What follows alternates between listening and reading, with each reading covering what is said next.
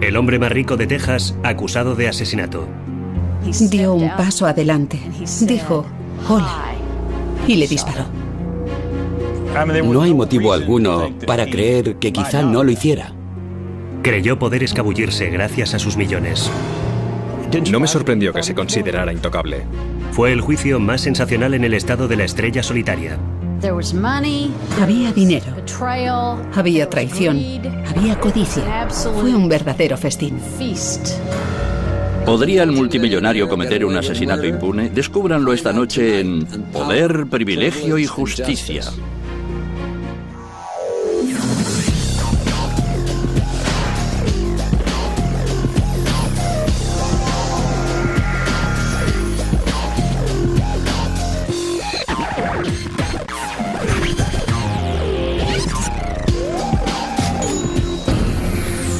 Crímenes imperfectos, ricos y famosos. Petróleo, dinero y misterio.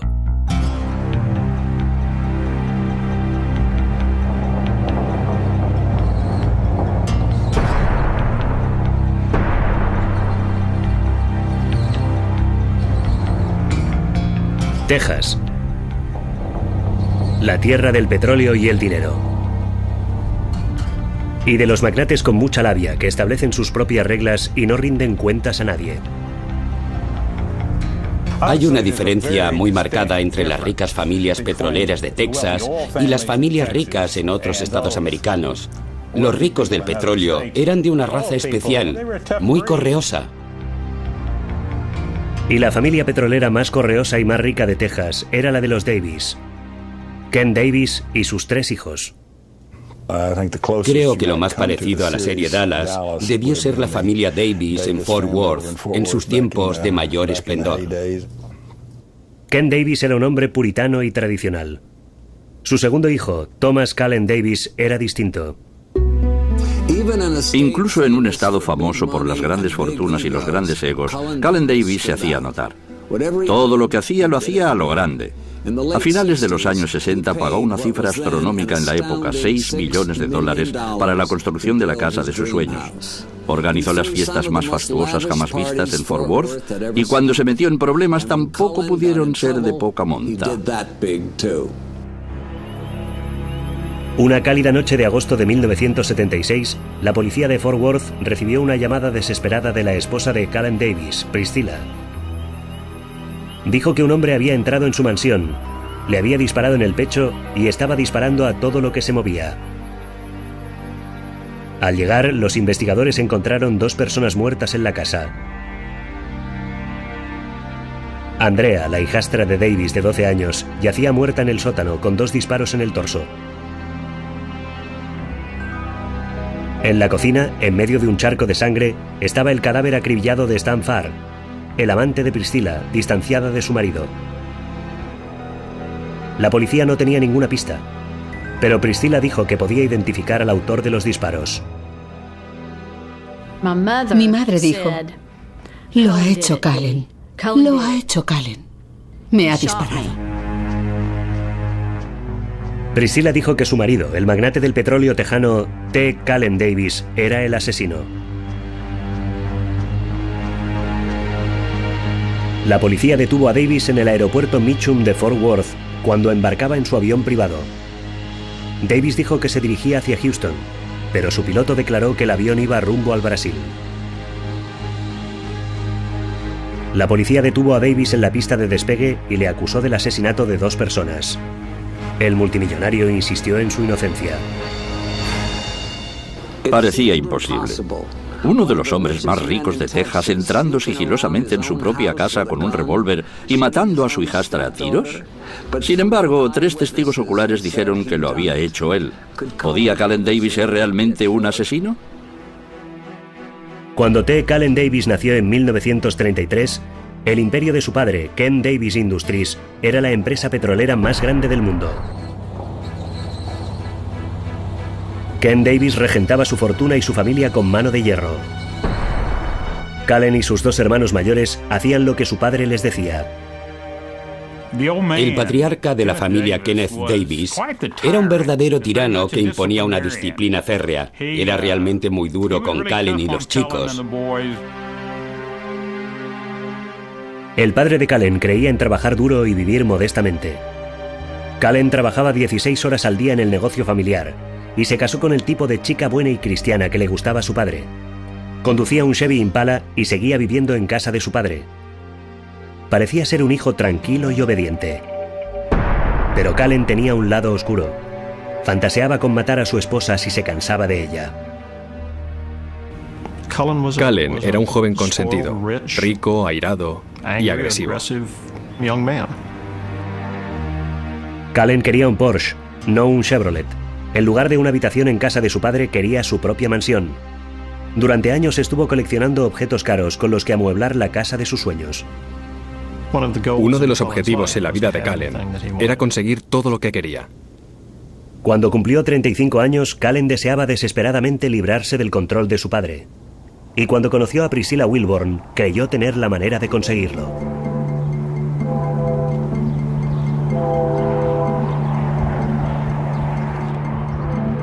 Priscilla era hija de un fanático de los rodeos. Creció en la pobreza, en Texas, soñando con una vida mejor. Era una persona muy vital. Le encantaba el arte y la poesía y todo lo que era positivo. Con 27 años, Priscilla ya se había casado 2 veces y tenía 3 hijos. Un hijo, Jackie, y 2 hijas, Dee y Andrea. Su segundo marido era un próspero concesionario de automóviles. Pero Priscilla quería más.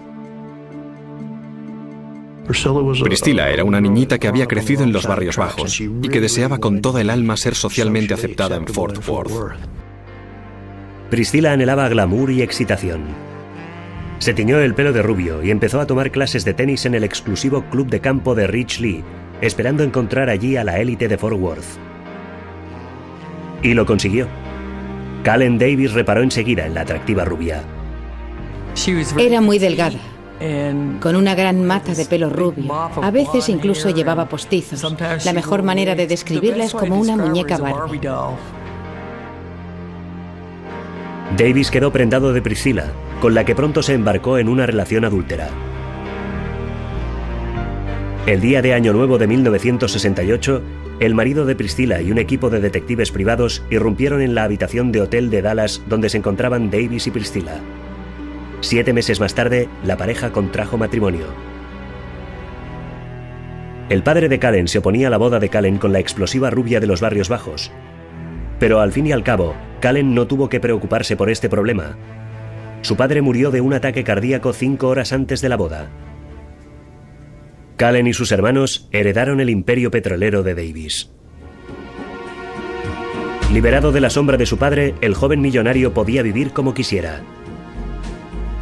Davis contrató un arquitecto para que construyera la casa con la que había estado soñando durante casi una década.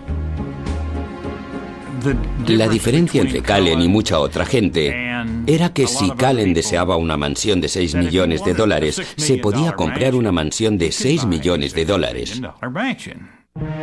La mansión ultramoderna estaba en medio de una finca de 180 acres y tenía 20 habitaciones. Era tan grande que incluso contaba con su propia central eléctrica. Lo deseaba y lo consiguió. Era una casa que reflejaba su personalidad, toda a base de cristal, mármol y cemento. Era todo muy frío. Era más bien un escaparate que un verdadero hogar.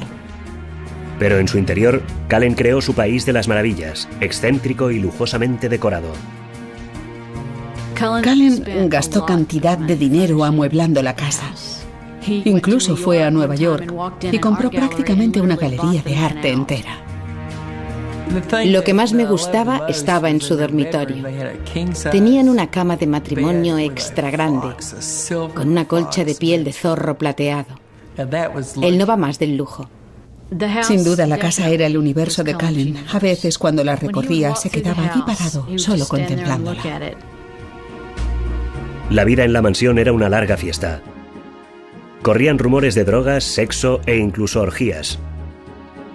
Los hedonistas Davis se estaban convirtiendo en una leyenda en la sociedad de Fort Worth. En una ocasión, Callen ofreció una fiesta privada con la proyección de la película pornográfica Garganta Profunda para los amigos con los que jugaba al golf en el exclusivo club de campo Colonial. Y Priscilla hizo pintar el palco VIP de la familia Davis en el estadio de Texas de su color favorito, el rosa. Era una mujer muy extravagante, muy independiente, que no se dejaba influir por lo que pudiera pensar la gente. Cullen colmaba a Priscilla con su afecto y su dinero. A cada momento le estaba regalando joyas o un nuevo abrigo de pieles. Tenía un enorme armario ropero, solo para sus abrigos de pieles, uno tras otro. Era simplemente increíble. Ella le adoraba. Le adoraba de veras. Cullen era el único hombre que mi mamá había querido. Priscilla sentía devoción por Cullen y hacía todo lo que él quería. Incluso viajó a Europa para someterse a una operación pionera en la época, un implante de mamas de silicona. Le encantaba su nueva vida. Intentó integrarse en el club de mujeres y en la sociedad de Fort Worth. Pero a pesar de sus deseos, creo que en el fondo nunca la aceptaron del todo. Las señoras de Fort Worth que se reúnen para ir a almorzar son muy conservadoras. Priscilla podía aparecer en cualquier acontecimiento social con pantalones cortos de cuero, un top muy escotado y un collar con las palabras zorra rica engarzadas en diamantes. A pesar de todo, los Davis eran invitados a todas partes y aparecían siempre en las páginas de sociedad. Pero estaban a punto de salir en portada por otro motivo: un asesinato. Cullen y Priscilla Davis eran llamativos, extravagantes y muy ricos. También eran muy divertidos. Pronto en la sociedad de Fort Worth se convirtieron en la pareja favorita de todo el mundo. Pero la hija de Priscilla, Dee, pudo ver otro aspecto de la vida con Cullen Davis. Siempre conseguía lo que quería, y si no lo conseguía, le daba un ataque. Gritaba y chillaba y lanzaba cosas y rompía tacos de billar. Una vez vi cómo empujaba a mi madre literalmente por la escalera de caracol. Nunca sabías qué le haría estallar. Pero lo que siempre le hacía estallar era cualquier posible amenaza a la casa de sus sueños. Era su pertenencia más preciada. Dee Davis afirma que cuando tenía 13 años, Cullen la despertó una noche, zarandeándola y riñéndola por no haber cerrado la puerta trasera. Dijo: ¿por qué cerramos las puertas por la noche? Y yo le contesté: para que nadie robe tus cosas. Y él me agarró, me levantó de la cama y me dio un puñetazo en la nariz. Sangraba mucho. Vino mi madre y empezó a gritarle diciendo: ¿qué le estás haciendo? ¿Por qué le pegas? Mi madre llevaba en brazos un gatito que teníamos entonces. Él se lo arrebató y lo lanzó con todas sus fuerzas contra el suelo embaldosado y yo grité: ¡oh, Dios mío! Y él volvió a coger el gatito, lo volvió a lanzar y lo mató. La policía de Fort Worth recibía frecuentes llamadas de la esposa del millonario quejándose de que Davis les pegaba, a ella y a sus hijos. Las visitas de la policía no dañaban en absoluto el prestigio social de Cullen Davis.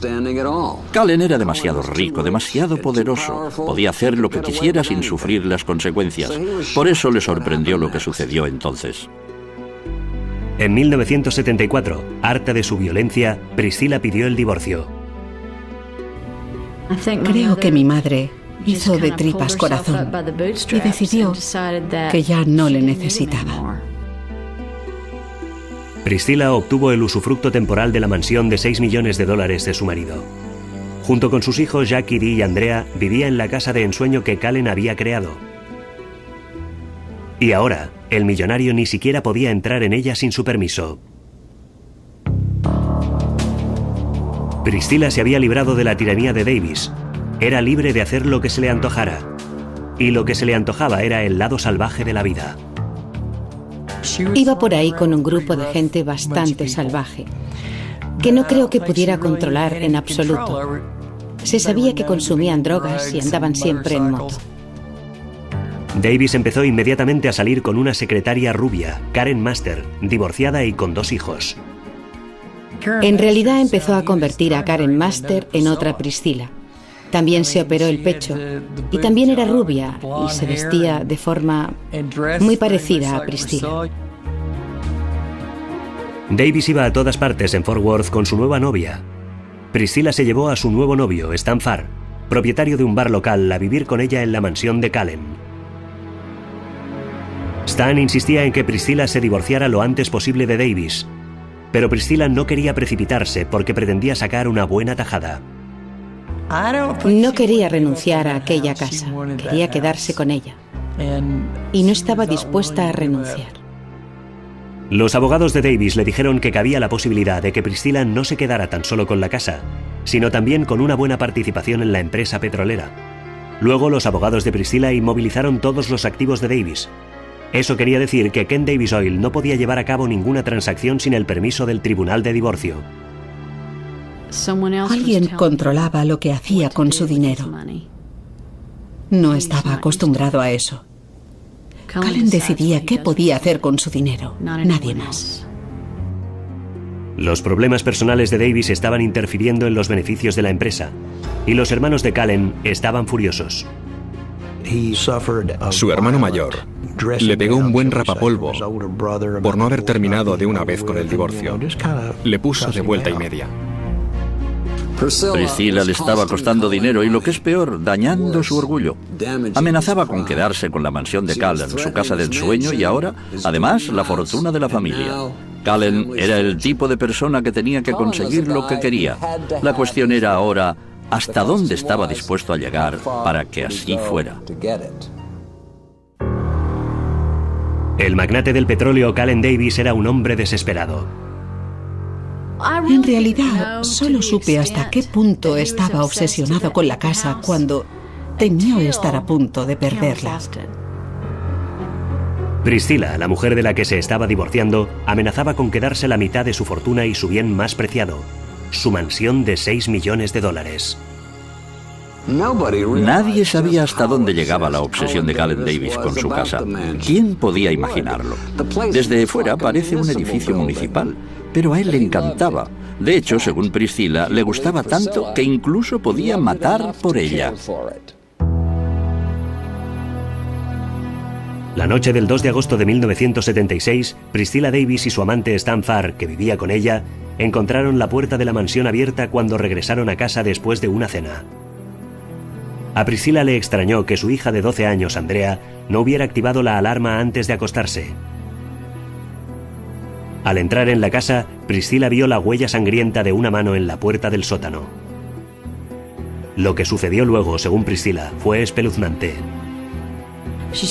Al ver la sangre, Priscilla gritó llamando a Stan. Callen salió del cuarto de la colada. Llevaba una peluca de mujer de pelo largo. Dijo, «Hola», y le disparó. Ella cayó al suelo. Entonces llegó Stan. Y ella empezó a gritarle, «Vete, vete, Stan, vete, huye. Callen me ha disparado. Corre». Pero el asesino disparó contra Stan.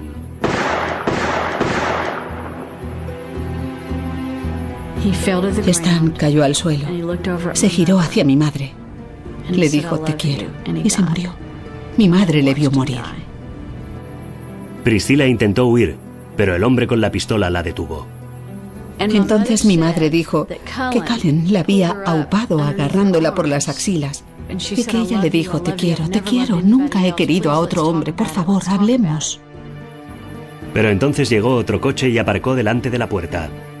Eran dos amigos que pasaban por allí para tomar la última copa. Beverly Bass y su novio Baba Gabriel. Oyeron cierta conmoción en la zona del patio. Está rodeado por un muro de piedra de 2 metros, de manera que dieron la vuelta y vieron salir de las sombras a un hombre de negro. Cuando le dio la luz, Beverly pudo verle y le reconoció. «Es Callen», dijo. El hombre disparó.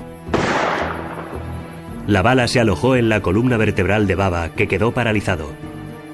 Beverly salió huyendo. Mi madre, mientras tanto, consiguió huir con una bala en el pecho. Llegó a casa de un vecino y dijo, «Ayúdame, por favor. Me han disparado. Callen está ahí arriba, disparando a todo el mundo». La policía pronto descubrió que Stan Farr no había sido la única víctima mortal aquella noche. Cuando los agentes llegaron a la mansión, encontraron muerta a Andrea, la hija de 12 años de Priscilla. Murió en el sótano, de una sola bala en el pecho, disparada a bocajarro. Es una forma terrible de morir para una niña de 12 años. La policía acordonó la mansión y el barrio entero. Aunque los investigadores no pudieron encontrar el arma homicida, sí pudieron establecer que era la misma que había matado a ambas víctimas. La policía acusó a T. Callan Davis de 2 asesinatos y le encarceló sin posibilidad de fianza. Priscilla dijo que Callen le había disparado. Beverly Bass dijo que era Callen. Baba Gabriel dijo que Callen le había disparado. No había motivo para pensar que quizá no lo hubiera hecho él. El caso de Callen parecía imposible de defender. Pero un abogado se sintió capaz de hacerlo. Richard Haynes, un abogado de Texas joven y brillante, se estaba labrando una reputación de defensor de lo indefendible y consiguiendo la absolución de clientes que el resto del mundo consideraba culpables. Alguien escribió, Haynes es arrogante, pero es la arrogancia de la excelencia. Y me pareció estupendo. Para Haynes, apodado Caballo de Carreras, el caso de Callen era un reto y una oportunidad de lucirse en un caso tan mediático. El caballo de carreras Haynes es un hombre fascinante que sale y entra de los tribunales. Su cara es muy expresiva y es un excelente comunicador, incansable. Se dice, por ejemplo, que podría estar 3 días seguidos interrogando a un árbol. Haynes convenció a un juez para que el juicio se celebrara en Amarillo, al oeste de Texas, por ser un territorio neutro, ajeno al escándalo levantado por los asesinatos. Aceptamos que se celebrara allí, en una comunidad del oeste de Texas, donde se impartía justicia. Me pareció una buena opción. Al parecer, Haynes había engatusado a la acusación. Davis tenía contactos de negocios en aquella parte de Texas. Mientras el millonario permanecía preso en la cárcel de Amarillo, Haynes invitaba a los amigos de Davis a cenas por todo lo alto. Jugó al golf con ellos, incluso acudió a la iglesia los domingos con sus familias. Mientras estuvimos allí, intentamos llevar un estilo de vida limpio y correcto, porque si no lo haces, pronto se sabe. Alguien diría enseguida que habían visto al abogado Haynes haciendo el pino en el bar, si lo hacía algún día. No puedes hacer eso porque puede ser negativo para tu cliente. La opinión pública en Amarillo pronto llegó a una conclusión acerca del millonario. Davis había sido acusado en falso por una mujer vengativa que quería quedarse con su dinero. Se convirtió en una especie de héroe popular, un poco como Jesse James había sido en su tiempo, un forajido que contaba con las simpatías de la gente. Aunque se estuviera jugando la vida en el juicio, en Amarillo lo trataban como un miembro de la realeza de visita. La gente parecía dar por supuesto que los ricos eran distintos de los demás. Cuando el tribunal suspendía la sesión hasta después del almuerzo, Callen no comía en su celda como un preso normal y corriente. Recibía un trato especial. En una sala del jurado vacante, degustaba chuletones de 2 centímetros de grosor, servidos por camareros en uniforme dorado. Entre los invitados que compartían su almuerzo, figuraban a menudo algunas animadoras de Dallas. Era el acusado de asesinato más rico del mundo. Le pusieron en un pedestal. Eran incapaces de verle como un desalmado asesino. Cada día, admiradores de Davis hacían cola durante horas para poder hacerse una foto a su lado. Callen tenía groupies. Era extraordinario. Como si fuera una estrella del rock. Muchas mujeres se derretían al verle. Le traían galletitas y Biblias. Callen Davis se había ganado a los habitantes de Amarillo. Pero ahora le tocaría al caballo de carreras Haynes ganarse al jurado, si podía. Callen Davis sería juzgado en un proceso que podía costarle la vida. Su propia esposa había jurado que le había visto matar a un hombre de un disparo. Pero el abogado de Davis, el caballo de carreras Haynes, sabía que la extravagante y sexy Priscilla y su estilo de vida salvaje no gozaría de mucha credibilidad. La acusación advirtió a Priscilla de lo que se avecinaba. El primer día del juicio, Priscilla compareció con una cruz de oro, una blusa cerrada hasta el cuello y una falda larga como recién salida de la casa de la pradera. Pero no funcionó. Todo el mundo sabía demasiadas cosas sobre Priscilla. Se burlaban tantas veces de ella, que siempre aparecía disfrazada ante el tribunal. Haynes acusó a Priscilla de ser drogadicta, adicta al Percodan, un analgésico. Priscilla negó haber consumido este fármaco, pero Haynes presentó pruebas de que lo había comprado. Describió a Priscilla como una mentirosa y una drogadicta. Caballo de carreras, Haynes consiguió que fuera ella la acusada en el proceso en lugar de Calen Davis. A continuación, Haynes llamó a declarar a varios testigos que afirmaron que Priscilla también había consumido cocaína y heroína, y que montaba orgías en la mansión, con intercambios de parejas y un incesante desfile de traficantes de drogas y moteros. Priscilla lo negó todo. Fue un asunto tan jugoso porque había dinero, había traición, había codicia, había lujuria.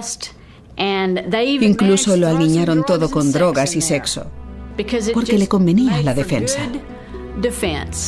Protestamos una y otra vez, pero una vez se han dicho todas estas cosas, es como lanzar una mofeta al tribunal del jurado y decirles que no la huelan. La defensa fue tan sensacional, algunos miembros del jurado estaban probablemente dispuestos a saltar de la tribuna y lincharla allí mismo. Mi madre declaró: no he pretendido nunca ser Blancanieves, pero tampoco he matado nunca a nadie. Lo que haga o deje de hacer no tiene nada que ver con el hecho de que mi hija de 12 años ha sido asesinada. La estrategia de Haynes parecía tener un impacto en el jurado. En la sala del tribunal, los miembros del jurado saludaban a Calen con sonrisas y guiñaban el ojo a Haynes. Calen incluso pagó al dibujante de la sala para que trazara retratos de cada miembro del jurado y luego se los regaló a sus familias. Casi un año y medio después de haber empezado, el juicio estaba a punto de terminar sin que el acusado hubiera subido ni una sola vez al estrado. No tenían ninguna prueba física. Todas las pruebas físicas indicaban que Calen no era culpable. Caballo de carreras Haynes sostuvo que el pistolero podía haber sido un traficante de drogas, un atracador o un socio profesional airado. Pero lo más importante de todo, Haynes dijo que toda la argumentación de la fiscalía se apoyaba en el testimonio de Priscilla Davis, que había mentido en cuanto a su consumo de drogas y que por lo tanto podía haber mentido sobre cualquier otra cosa. Le dolía en el alma que la trataran de aquella forma. Estaba destrozada, pero seguía creyendo que se impondría la justicia. El jurado solo tuvo que deliberar 4 horas y media antes de que saliera su presidenta. Estaba sentado al lado de Calen y recuerdo que me agarró muy fuerte por la cintura. Estaba muy nervioso mientras esperaba el veredicto del jurado. Una vez sentados los 12 miembros del jurado, Davis se levantó. El jurado emitió su veredicto. T. Calen Davis era inocente. Era un hombre libre. Me quedé completamente anonadada. Es que no podía creerlo. Me sentí como si se me cayeran las entrañas al suelo. Calen empezó a repartir abrazos y apretones de manos y a dar las gracias. Nunca le había visto tan cerca de las lágrimas. Nunca se había mostrado tan emocional. Y mi madre estaba en estado de shock. Creyó que él se había librado. La noche de su absolución, Davis celebró su victoria en el local de Red Butler, el lugar de moda en amarillo. Por supuesto, reinaba una gran alegría, un gran regocijo y seguramente abusamos un poco de la bebida, como suelen hacer muchos jóvenes. En la época, Jack Daniels no era un completo extraño para mí. Los medios de comunicación, las groupies e incluso el magistrado del juicio estaban presentes. Y luego empezaron a llegar también algunos miembros del jurado y algunos funcionarios judiciales.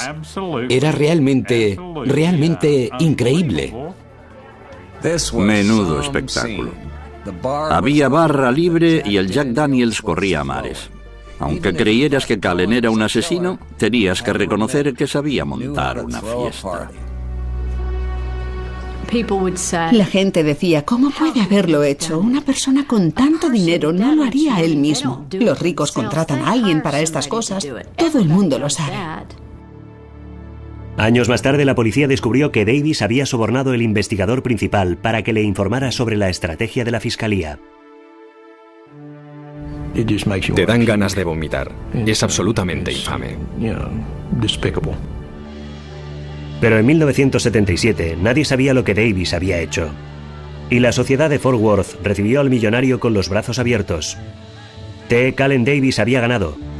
Pero el conflicto que había dado lugar a todo aquello, la cuestión de quién se quedaría con la casa y el dinero, todavía no se había solucionado. Calen Davis había sido absuelto de la acusación de asesinato. Quienes le consideraban culpable pensaban que el jurado se había dejado impresionar por su carisma y su dinero. Pero ahora Davis estaba inmerso en una encarnizada batalla con el juez encargado de su divorcio. Y el juez Edson no concedía importancia alguna a todo su dinero.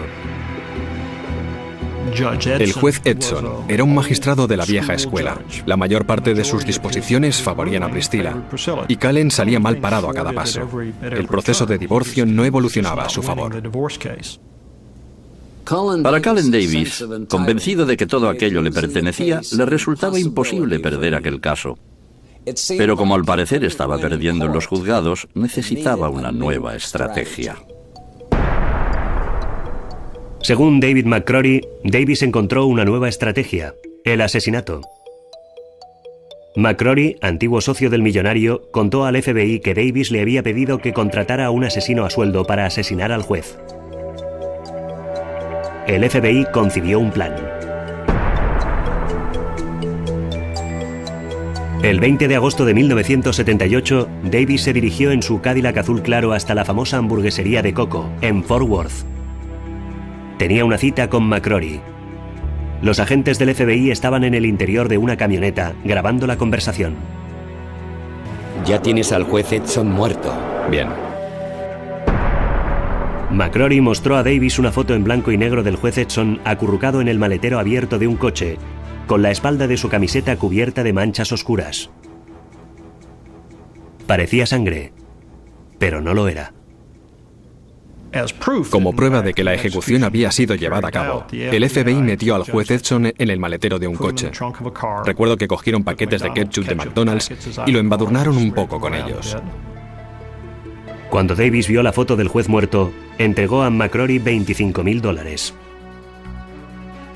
Puedo conseguir que te maten a todos los demás. ¿Quieres ver a un montón de gente muerta, verdad? Así es. Los agentes del FBI que grababan la conversación estaban atónitos. Sonaba como si Calen estuviera ordenando el asesinato de 13 personas, entre ellas Priscilla y su hija Dee. 5 minutos más tarde, Calen Davis fue arrestado en una cabina telefónica enfrente de un Kentucky Fried Chicken vecino y acusado de ordenar el asesinato del juez Joe Edson. La trampa había funcionado. El millonario volvía a estar entre rejas, esta vez acusado de incitación al asesinato. Davis rogó al rey de la comunidad legal de Texas, Richard Caballo de Carreras Haynes, que asumiera de nuevo su defensa. Pensé que lo interesante del caso era que nadie había resultado muerto. Eso es una bendición. Solo tenía el cuerpo de un juez colocado en el maletero de un coche manchado de ketchup. Esta vez Haynes pedía $2 millones para defender al magnate del petróleo. Mucho más que los $250,000 que había ganado con el primer proceso de Davis. El caballo de carreras debió llegar a la conclusión que no le habían pagado suficientemente en el primer juicio, que merecía sin duda mucho más. La segunda vez, por lo tanto, decidió pedir una cantidad astronómica. Lo hizo y de hecho la consiguió. En el primer juicio, la actuación de Haynes había sido como arte de magia. Pero esta vez se enfrentaba a un problema más grave que el de los testigos oculares. La acusación parecía tener bien pillado a Davis. Presentó las cintas de vídeo, donde aparecía pagando por un asesinato y ordenando otros más. ¿Necesitas más pruebas? Y yo pensé, Dios mío, le han pillado. Pensé, tenemos otra oportunidad para que se haga justicia. Pocas veces tienes pruebas del crimen mientras se está desarrollando. Esto es lo que sostuve ante el jurado, que podían verlo, podían oírlo. Estaban prácticamente en el aparcamiento, en la camioneta de vigilancia aquella mañana. El caballo de carreras Haynes tenía que demostrar que lo que el jurado veía en el vídeo no era lo que creían. Parecía imposible, pero Davis no estaba preocupado. Era un tipo que había atravesado la tormenta de fuego de amarillo, y a mí no me sorprendió en absoluto que se sintiera totalmente blindado. Los fans del magnate del petróleo no dejaron ni un momento de creer en Davis. Los fiscales recibían cartas de odio y amenazas de muerte cada día. Cuando atravesábamos el grupo de la prensa, enfrente de los juzgados, nos abucheaban, nos escupían. Era muy extraño. Una vez más, el juicio contra Calen Davis era el mejor espectáculo de la ciudad. Es que incluso firmaba autógrafos. ¿No es increíble? La gente le pedía autógrafos. Calen contaba con el afecto del público, pero por mucha simpatía que suscitara, las pruebas en su contra eran contundentes. La fiscalía intentaría de nuevo poner a Calen Davis a buen recaudo, pero Davis tenía un as en la manga, una defensa tan rocambolesca que conmocionaría y confundiría a todo el mundo. 2 años después de haber sido declarado inocente de la muerte de su hijastra, Davis se encontraba de nuevo delante de un jurado, esta vez por haber intentado asesinar a un juez. Los agentes del FBI dijeron tener vídeos de Davis pagando a su amigo McCrory por el asesinato del juez Joe Edson. Ya tienes al juez Edson muerto. Bien. En el primer proceso solo había hablado su abogado, pero esta vez Davis testificaría. En octubre de 1979, Davis subió al estrado y contó su versión de lo que había ocurrido en aquel encuentro con David McCrory. En pocas palabras, Calen dijo que había creído actuar como agente doble. Davis dijo que estaba colaborando con el FBI y que el malo de la película era David McCrory. Calen dijo que el FBI se había puesto en contacto con él y que le había pedido que le siguiera la corriente a David McCrory, porque en realidad el FBI estaba investigando a David McCrory y a un grupo de personas que estaban intentando extorsionar o incluso atacar a Calen. El FBI negó haber tenido relación alguna con Davis. La acusación estaba segura de la eficacia de sus argumentos. Tenían pruebas contundentes, vídeos de Davis pagando por un asesinato. Estábamos preocupados, no estábamos convencidos en absoluto de que el veredicto sería inocente. Pero si Davis estaba preocupado, no lo demostraba en público. Durante el proceso, Calen organizó una enorme fiesta para celebrar su cumpleaños a la que invitó al sheriff de Fort Worth. El sheriff aceptó encantado y se presentó con el viejo uniforme carcelario de Davis y una sierra para metales.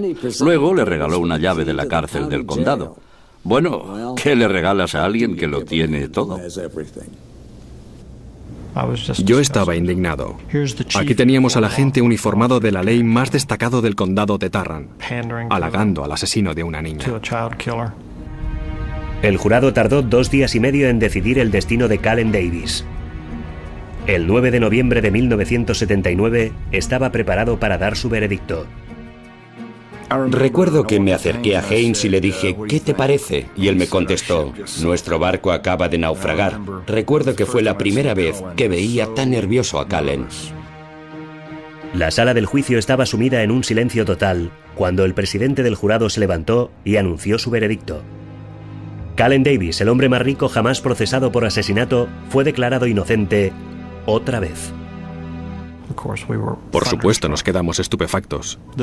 La defensa estaba estupefacta. Calen parecía acabar de sobrevivir a un accidente de avión. Casi como si estuviera en estado de shock. Estaba realmente afectado, incluso físicamente. Y por supuesto la sala explotó. El juez lanzó una exclamación, se levantó y salió de la sala. Fue realmente increíble. No se había hecho justicia. Pero claro, tenía el dinero, tenía el poder para librarse. Si en la balanza de la justicia pones 250 millones de dólares, además de la ley de derechos, la balanza empieza a inclinarse a favor del demandado. Y es comprensible que el rico se aproveche. Es lo que él hizo. Calen Davis tenía mucha suerte en los juzgados de Texas. Pero pronto sería incluso más afortunado. El juez Edson se inhibió en el proceso de divorcio y el nuevo juez dictaminó a favor de Davis. El millonario recuperó la casa de sus sueños y todo su contenido. Priscilla solo recibió $3,5 millones de dólares en lugar de los 100 millones que reclamaban sus abogados. Estaba desesperada. Quería terminar de una vez por todas con aquel asunto. Si no, no habría aceptado una cantidad tan exigua. Supongo que la pérdida de su hija y todo el calvario que había tenido que vivir le habían hecho comprender lo que de veras importa. Fue un trago muy amargo para Priscilla. Violando las órdenes del tribunal, se llevó 50 objetos domésticos, de todo, desde el robot de cocina hasta la colcha de zorro plateado. También le dejó un regalito a su ex esposo, un montón de excrementos del gato y el perro. Priscilla y sus amigos no dejaron nunca de estar convencidos de que Davis era un asesino. Lo hizo. No tengo la menor duda de que lo hizo. Y es algo que estuvo atormentando a Priscilla hasta el día de su muerte. Priscilla murió en 2001 con 59 años a causa de un cáncer de mama. Aunque Davis había sido acusado de haber asesinado para conservar sus posesiones, al fin y al cabo se quedó sin nada. Davis fue a la bancarrota debido a la caída del precio del petróleo de los años 80 y se vio obligado a vender su mansión. Poco tiempo después de haber sido absuelto del intento de asesinato, Calen Davis dijo haber encontrado a Dios y entró en una iglesia evangélica. Hoy en día recorre el mundo predicando como misionero. Los hijos de Stan Farr, el amante asesinado de Priscilla, demandaron a Davis por muerte causada por homicidio culposo, pero llegaron a un acuerdo extrajudicial con Davis que aceptó pagarles $250,000. Dee Davis sigue creyendo que Calen cometió el asesinato de su hermana y quedó impune. Quizá haya encontrado a Jesús, pero de todas formas mató a mi hermana y quedó impune. La mansión, símbolo del poder y los privilegios de Calen, ha tenido una curiosa historia desde sus días de escandaloso esplendor. Durante un tiempo fue un asador, luego un restaurante mexicano y ahora es nada menos que una iglesia. Dominic Dunne para la televisión judicial.